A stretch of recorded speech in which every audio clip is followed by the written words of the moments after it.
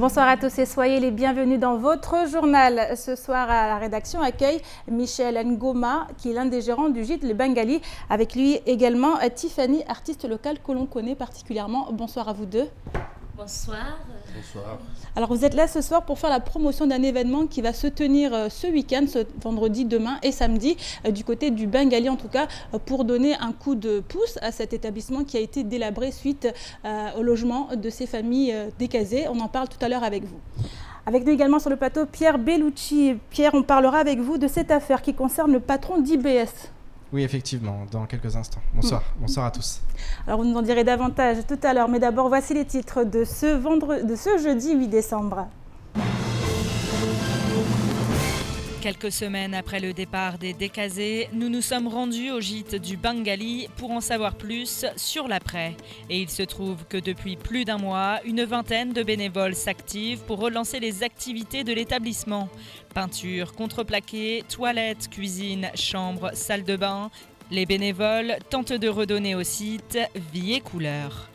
Piscine olympique, parc animalier ou encore jardin botanique, les projets futurs ne manquent pas. Seul l'argent fait défaut.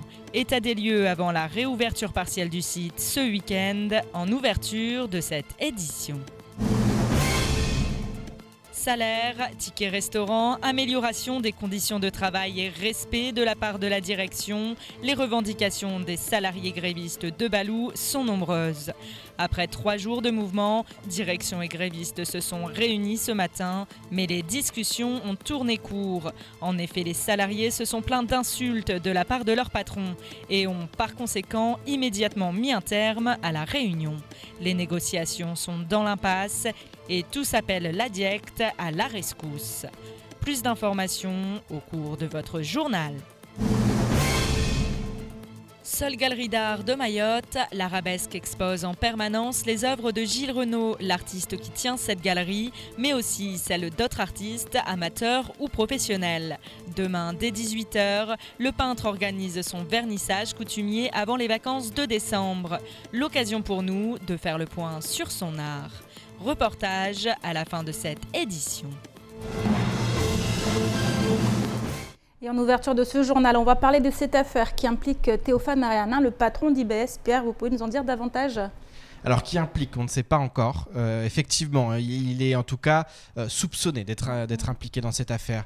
Il faut revenir à la base.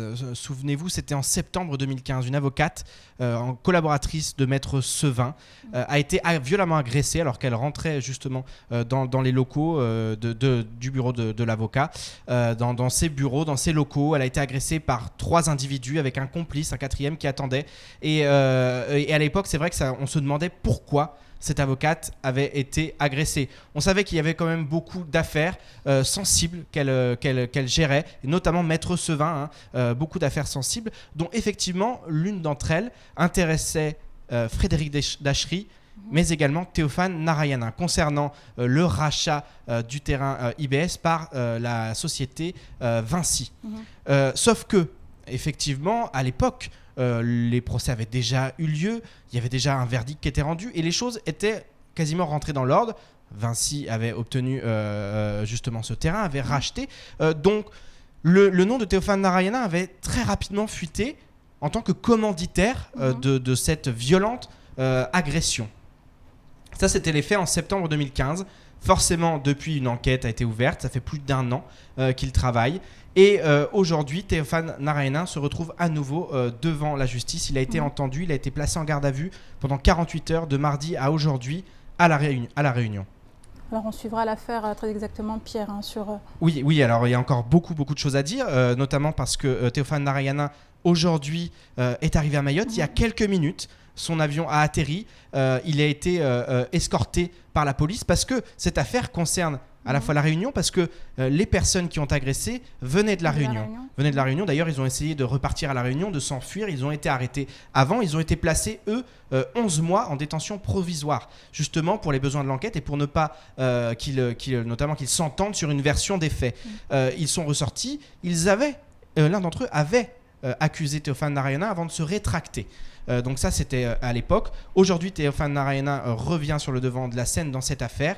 Il va être entendu par le juge d'instruction en charge de l'affaire, la juge plus exactement, dans les prochaines minutes. Ensuite, il sera auditionné par le juge des libertés et de la détention. Et le procureur préconise déjà, il nous l'a dit, je l'ai eu il y a quelques minutes, un placement en détention provisoire. Donc Théophane Narayana pourrait se retrouver à Majicavo dans les prochaines minutes. Donc c'est assez étonnant. Toute cette affaire. Pourquoi ? Parce qu'on ne comprend pas pourquoi Théophane Narayana aurait fait ça. L'affaire était close, il n'y avait plus rien à gagner, il y avait beaucoup à perdre. Et on sait que c'est quand même un chef d'entreprise. Effectivement, on sait que cette affaire, il y avait beaucoup d'argent en jeu. Maintenant, c'était terminé. On sait que c'est quelqu'un d'intelligent. Ça serait étonnant que finalement, par orgueil, il ait voulu intimider une collaboratrice de Maître Sevin. Mais pas d'autres éléments sur l'enquête, Pierre, du coup. Écoutez, au niveau des éléments, de toute façon, le juge d'instruction, il va entendre. Mais Théophane Narayana, depuis le début, a toujours dit « Moi, je suis prêt à parler, je vais aller de moi-même m'expliquer parce que mon nom est en train d'être sali, je n'ai rien à gagner. » Il a expliqué aussi que depuis la sortie, la mise en liberté des 4 individus, il avait fait l'objet de demandes d'argent, sans quoi il parlerait contre lui. Donc, voilà, on ne sait pas si Théophane Narayana est effectivement impliqué. On ne sait pas si, au contraire, c'est pour salir son image. Pour l'instant, c'est l'enquête qui va en décider. Mais il y a de grandes chances pour que ce soir, Théophane Narayana passe la nuit au centre pénitentiaire de Majicavo. On en saura probablement plus dans nos éditions prochaines, très prochaines. Merci beaucoup, Pierre. Et en juin dernier, le gîte du Bengali accueillait les dizaines de décasés de la place de la République à Mamoudzou. Fin octobre dernier, après plus de 3 mois passés sur les lieux, les familles ont toutes retrouvé un foyer. Quant à l'établissement, il tente désormais de relancer ses activités. Cela fait ainsi plus d'1 mois qu'une vingtaine de bénévoles travaillent quotidiennement pour réhabiliter le gîte. Un sujet signé Assoumani Darwesh, Pierre Bellucci et Leslie Vigne. Au mois d'octobre dernier, les images du Bengali après le départ des décasés avaient permis de montrer l'étendue des travaux à réaliser afin que l'établissement retrouve des couleurs. La gérante lançait à l'époque un appel à la solidarité et elle a clairement été entendue. En effet, depuis plus d'1 mois, une vingtaine de personnes travaillent bénévolement afin de redonner vie à la structure. L'initiateur de ce grand projet de rénovation nous en dit plus sur la démarche entreprise. Les travaux, vous avez vu, si vous étiez venu avant, on a les photos, mais moi-même j'ai fait les photos pour ne pas oublier comment c'était et comment c'est aujourd'hui. On a pu mettre en place, vous avez vu tout à l'heure, ou peut-être vous allez voir sur les vidéos qui vont venir, on a retapé, on a fait la peinture, on a fait les contreplaqués qui étaient tous abîmés, les toilettes, la cuisine qui était toute abîmée, les chambres. Du coup maintenant on a pu mettre tout en place. Du coup je pense que c'est une bonne idée parce que si on est une site qui a pu accueillir au moins 200 personnes, aujourd'hui s'il part en poussière comme ça, c'est pas du tout bon. Du coup, si on le met à place, peut-être il y aura des événements ou peut-être il y aura des équipes de foot, des associations qui aimeraient faire des choses. Nous, on est là pour les accueillir. La structure fait peau neuve pour le plus grand bonheur de la gérante qui, en juin dernier, avait accepté d'accueillir les familles décasées. Si elle a toujours affirmé ne pas regretter la générosité dont elle a fait preuve, il n'en reste pas moins que tout n'a pas été rose durant ces dernières semaines. Aujourd'hui, et après de multiples péripéties, l'heure est néanmoins à la reprise des activités. On a vécu une expérience pendant quand même 4 mois et demi. On est sorti quand même à la tête haute avec cette expérience. Aujourd'hui, le Bengali change complètement du domaine, pas qu'il s'était fixé avant, mais la situation était telle qu'on a voulu aider et on a essayé d'aider jusqu'au bout. Aujourd'hui, on a repris le Bengali comme ça doit être, continuer à faire les activités initiales du Bengali, la restauration et la partie agricole et les animations. Donc on espère réouvrir le 9 et le 10 et on invite tout le monde à venir en aide au Bengali par rapport à ces 2 événements.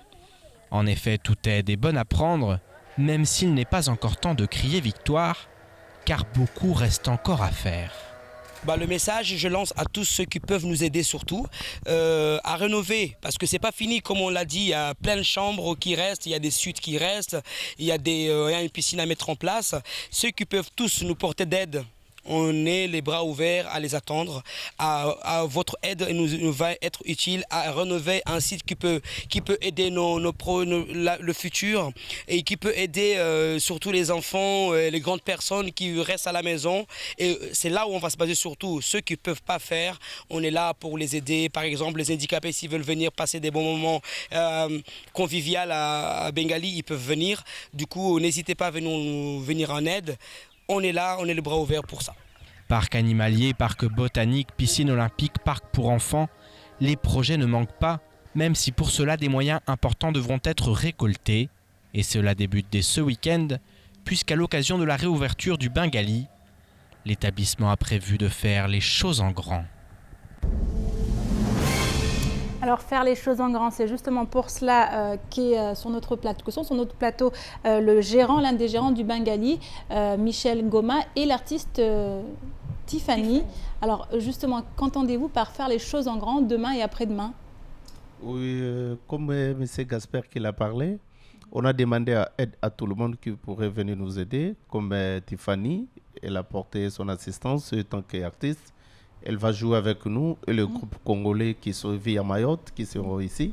Donc, je pense que ça sera des choses grandes. Une inauguration en grande pompe avec des artistes. Tiffany, vous, votre implication dans ce projet?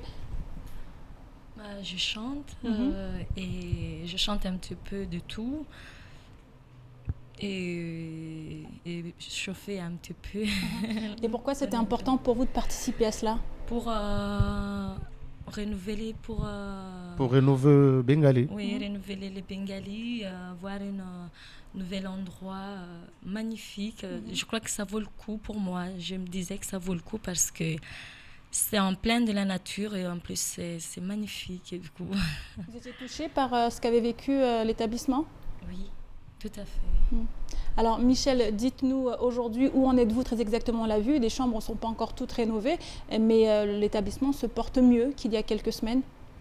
Oui, les chambres ne sont pas toutes rénovées. On a essayé un peu de faire avec l'aide des gens qui ont essayé de nous aider un peu, mais on n'est pas encore en mesure à tout finir. Mais toutefois, que vous savez, c'est une petite entreprise qui veut aussi se lancer. On a passé 4 mois et demi et plus quelques mois pour rénover. Et là, on va ouvrir juste un tout peu pour se lancer si on a quelque chose pour finir le projet. Mais on est encore loin pour finir le projet. Alors, un retour un petit peu sur ce qui s'est passé. Vous regrettez d'avoir accepté ces personnes, les personnes décasées dans votre établissement aujourd'hui? Non, on ne regrette pas. On ne peut pas regretter. C'est un site touristique. On a découvert aux gens, même s'ils étaient le décasé, ce sont des êtres humains. Que non, il y a aussi des gens de bonne foi qui pourraient quand même aider aussi les gens dans les contextes qu'ils avaient. Donc on ne regrette pas ça. Alors l'événement se tiendra demain et après-demain. Au programme, qu'y aura-t-il? Au programme, il y aura Tiffany qui est à mon côté. Donc tout ce qu'ils aiment Tiffany, je les invite de venir beaucoup. Il y aura le tout-puissant BCBG et Isifi de M. James et Fisto Lukombo. Ils seront toujours là. Donc, et en plus, on aura aussi Combo Gabos. Pour le Mahorais qui aiment le combo, ils seront là. Et il y aura aussi Kader, le Allemand, le Grand Comorien, ils seront toujours là. Donc, il y a pas mal des artistes. Et puis, nous invitons aussi, il y a certains artistes, même si vous chantez à la maison, mais vous ne chantez pas dans les cabarets, dans le bar, venez chanter avec nous ce vendredi et samedi.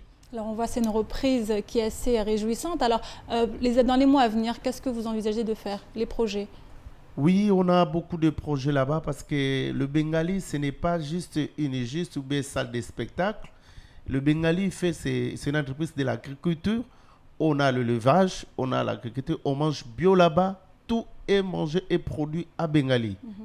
N'importe quel légume, n'importe quelle viande, ça se trouve là-bas. Le poussin, le cabreux, le quoi. Donc, tout le rumazava, venez manger rumazava. Donc, Tiffany, elle a déjà son plat là-bas, de rumazava. Et tout ce qui est le plat africain aussi, il y en a. N'oubliez pas, j'appelle toute la communauté africaine qui sont ici. Et le métropolitain, ils sont ici. Donc, venez vendredi, demain et samedi. Alors, on a parlé également dans le reportage d'une piscine. Alors, donc là, on voit les choses en grand, apparemment.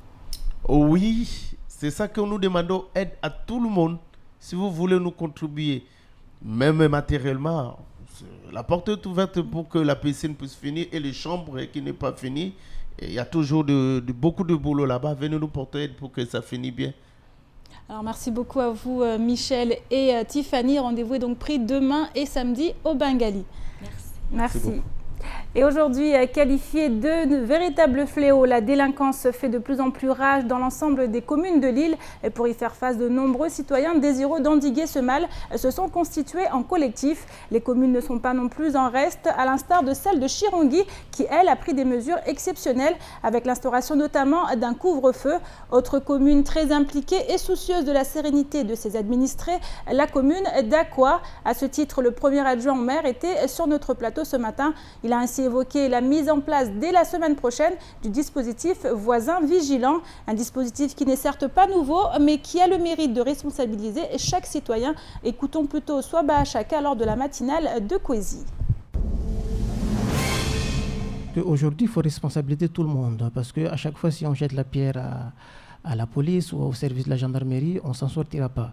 Mais si, parce que vous connaissez mieux que tout le monde ce qui se passe dans votre quartier. Exactement. Donc, c'est plus facile pour vous d'intervenir. C'est plus facile aujourd'hui d'avoir un suivi entre les services, les différents services, entre la mairie et les gendarmes. Il y a une lisibilité des informations.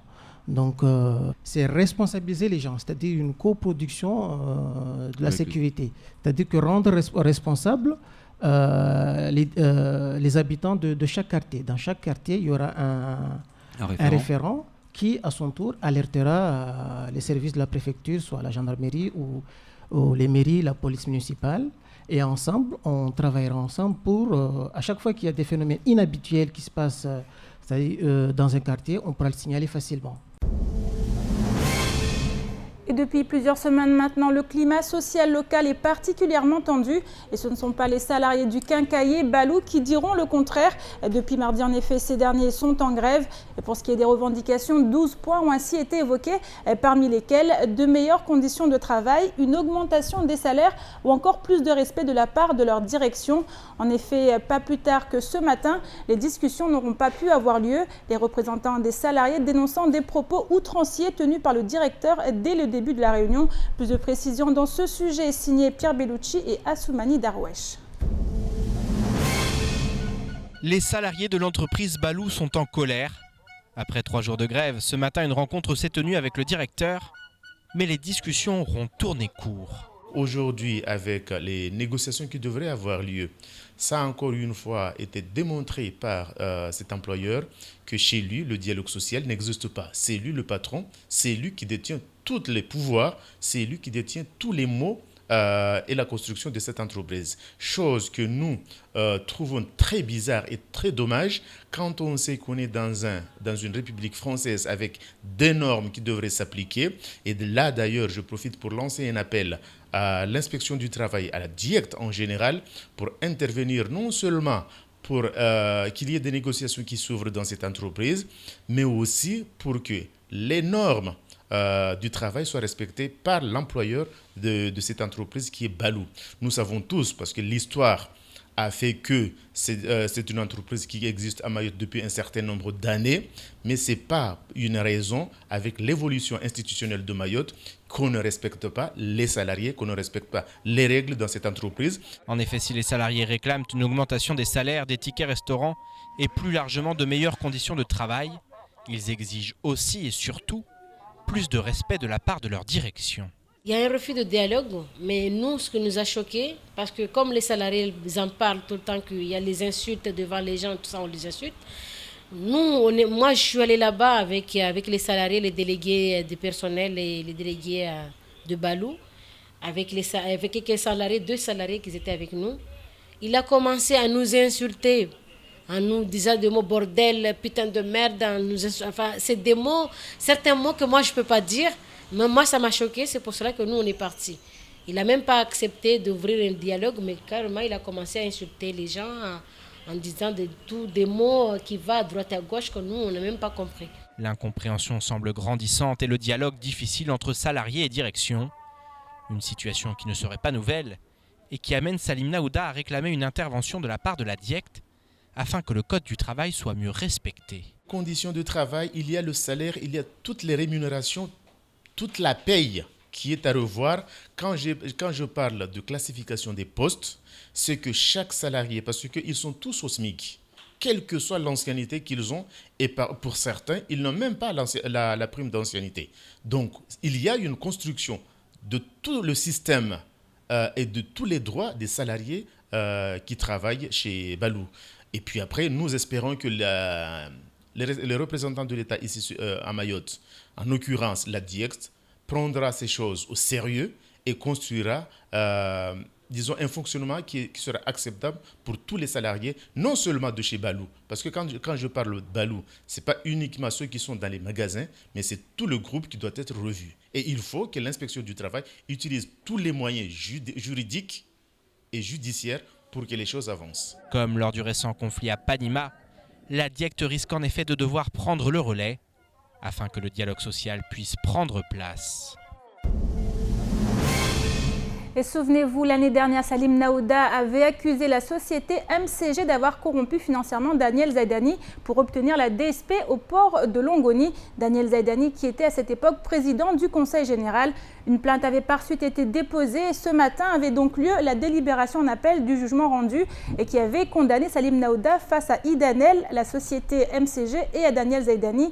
Seul Salim Naouda était présent au tribunal à l'audience de ce matin, accompagné de ses soutiens et condamné pour diffamation. Il devra s'acquitter d'une amende de 2 000 €. Il devra également verser 5 000 € à chacune des parties et rembourser 4 000 € de frais de justice, ce qui fait donc un total de 21 000 €. Les faits étant immédiats, cette somme doit être réglée dans les 15 jours sous peine de majoration. Néanmoins, pas de quoi décourager le secrétaire départemental de la CGTMA qui reste déterminé à faire éclater la vérité. On l'écoute. Parce que ce n'est pas Salim Naouda qui est condamné, mais c'est la population de Mayotte qui est condamnée à travers Salim Naouda pour que les choses ne se disent pas dans ce département. Donc, ce n'est pas pour ça qu'au niveau syndicat, on va baisser les bras, on va continuer les combats et on va dénoncer tout ce qu'il y a à dénoncer. Et puis après, en espérant qu'un jour, on gagnera raison. Nous avons vu, je ne me compare pas aux leaders sud-africains ou américains, mais nous avons vu que tôt ou tard, il y a la raison qui l'emporte. Nous avons vu en Afrique du Sud, avec Mandela, la raison l'a emporté à la fin. Nous avons vu en Amérique un État incomparable. La raison l'a apporté avec l'élection d'Obama il y a quelques années. Donc, je suis sûr qu'à Mayotte, un jour, je ne dis pas que c'est moi, mais je dis que les Mahorais sont respectés et la raison l'emportera. Et la construction de l'économie de Mayotte n'échappera pas aux Mahorais. Et je vous propose maintenant de faire un petit tour d'horizon du reste de l'actualité de ce jeudi 8 décembre. C'est tout de suite dans l'actualité en bref. Mardi soir, le docteur Martial Henry, à la tête d'une délégation de médecins mahorais, a été reçu par le président de la République comorienne, Azali Assoumani. Lors de cette réunion, tous ont annoncé vouloir apporter leur contribution dans le développement du pays, notamment dans le domaine de la santé. Le docteur Zaïdou, qui exerce à la Réunion, a pour sa part émis le souhait de mettre fin au drame entre Anjouan et Mayotte. De son côté, le président Azali s'est engagé à ne ménager aucun effort dans la mobilisation des compétences et des ressources pour le développement des Comores.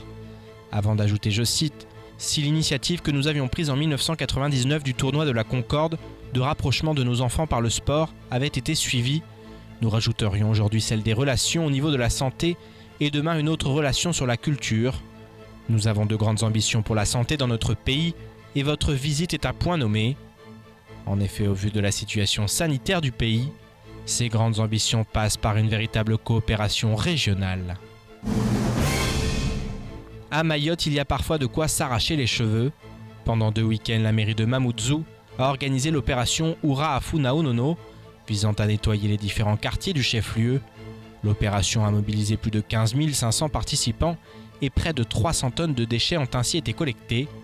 Le terre-plein de Mtsapéré a joué un rôle de stockage en attendant que les immondices soient enlevées par les services techniques. Mais ceux-ci n'ont pas tout emporté, laissant notamment un sac rempli de documents. Le sac a été ouvert par des enfants qui se sont amusés à jeter aux 4 vents les papiers qui aujourd'hui par centaines par milliers tapissent le sol. Il s'agit de documents médicaux vierges ou remplis pour des soins bucco-dentaires. Ajoutez à cela l'organisation du mariage d'un élu ce week-end et le terre-plein vient à nouveau de prendre des allures de décharge à ciel ouvert. En effet, le nettoyage a là encore été approximatif et les déchets ont repris la triste place qui semble devenue la leur. Et toujours dans le domaine des déchets, le syndicat de ramassage, le CIDEVAM 976, est inquiet. Il écrit ainsi que depuis plusieurs semaines, la collecte des déchets dits D3E, déchets d'équipements électriques et électroniques, tourne au ralenti. La filière rencontre de sérieuses difficultés à se développer à Mayotte. L'exportation de ces déchets semble compromise et dépasse les capacités de l'éco-organisme responsable. Les conséquences environnementales sont palpables dans un territoire vulnérable. Les élus du CIDEVAM 976, inquiets de cette situation chaotique, s'interrogent pour l'avenir de cette filière. Là, à ce que le syndicat soit mis en cause, le président du CIDEVAM pointe du doigt l'organisme Écosystème avant de proposer de reprendre la filière et d'appeler chacun à prendre ses responsabilités face à une problématique de santé publique. Et enfin, créée en 2001 par l'artiste peintre Gilles, la galerie d'art L'Arabesque reste la seule de Mayotte exclusivement destinée à l'exposition de tableaux et à la promotion de la peinture artistique. Elle expose en permanence les œuvres de Gilles et d'autres artistes amateurs ou professionnels. Ouverte en permanence, l'art y est donc facilement accessible. D'ailleurs, c'est ce vendredi à partir de 18h qu'aura lieu son exposition d'été. Nous sommes à cette occasion allés à la rencontre de Gilles Renaud, l'artiste peintre qui tient cette galerie. Direction donc la galerie d'art L'Arabesque Kamtsapéré est dans ce reportage signé Adèle Laurent. Depuis 15 ans que la galerie L'Arabesque est ouverte, elle reste encore aujourd'hui la seule galerie de peinture de Mayotte. Et ce sont les œuvres de Gilles Renaud, l'artiste qui la tient, qui colorent les murs de cet endroit spécial. Le peintre nous en dit plus sur sa technique artistique. Il y a deux techniques en peinture, il y a la peinture à l'eau et la peinture à l'huile. Eh ben moi je pratique les deux, je fais de l'aquarelle avec mes propres goûts, c'est-à-dire des peintures très saturées avec beaucoup de couleurs. Et puis je fais de la peinture à l'huile aussi parce que c'est pas le même rendu et ça me plaît. Et ça permet aussi à l'huile d'aborder des sujets de plus grande surface. Et des tableaux, il y en a de toute taille à l'arabesque. Et si les formats diffèrent, ils ont un point commun, représenter Mayotte. Le peintre ne travaille pas pour le regard du spectateur. Un peintre, il travaille pour lui. Il travaille pour se faire plaisir.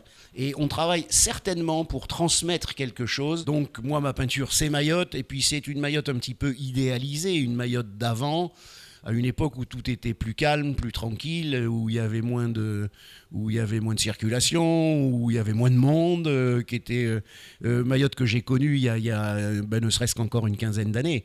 Et je ne parle pas d'il y a 26 ans, c'était un paradis Mayotte à l'époque. Et comme de coutume, la galerie L'Arabesque organisera demain à partir de 18h un vernissage afin de présenter et de proposer à la vente les œuvres de l'artiste, et notamment celles des 6 derniers mois.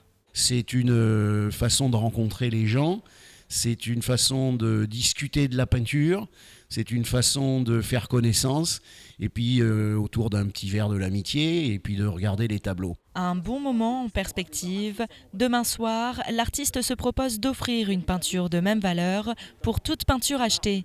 En effet, de futurs travaux obligent le peintre à libérer de l'espace dans la galerie, mais c'est aussi à cause de la crise économique qui n'a pas épargné les artistes que le peintre propose cette offre. Et même si les temps sont durs, Gilles Renaud aime toujours autant son métier. Il nous explique pourquoi et nous terminerons d'ailleurs sur ces belles paroles. L'énorme avantage du statut d'artiste peintre, c'est la liberté. Et la liberté, ça n'a pas de prix. La liberté, ça n'a pas de prix. Donc il faut savoir consentir quelques sacrifices, se priver de temps en temps. Et puis, ma foi, par contre, on a de compte à rendre à personne. Et ça, c'est exceptionnel dans la vie. Et c'est la fin de cette édition. Merci à vous de l'avoir suivi. Une édition rediffusée sur OM5, également disponible sur notre site l'infocoesie.fr, sur YouTube et sur notre page Facebook. Demain, prochain rendez-vous avec l'information dans la matinale, en radio avec le journal présenté par Pierre Bellucci. Excellente soirée à vous sur KTV et à demain.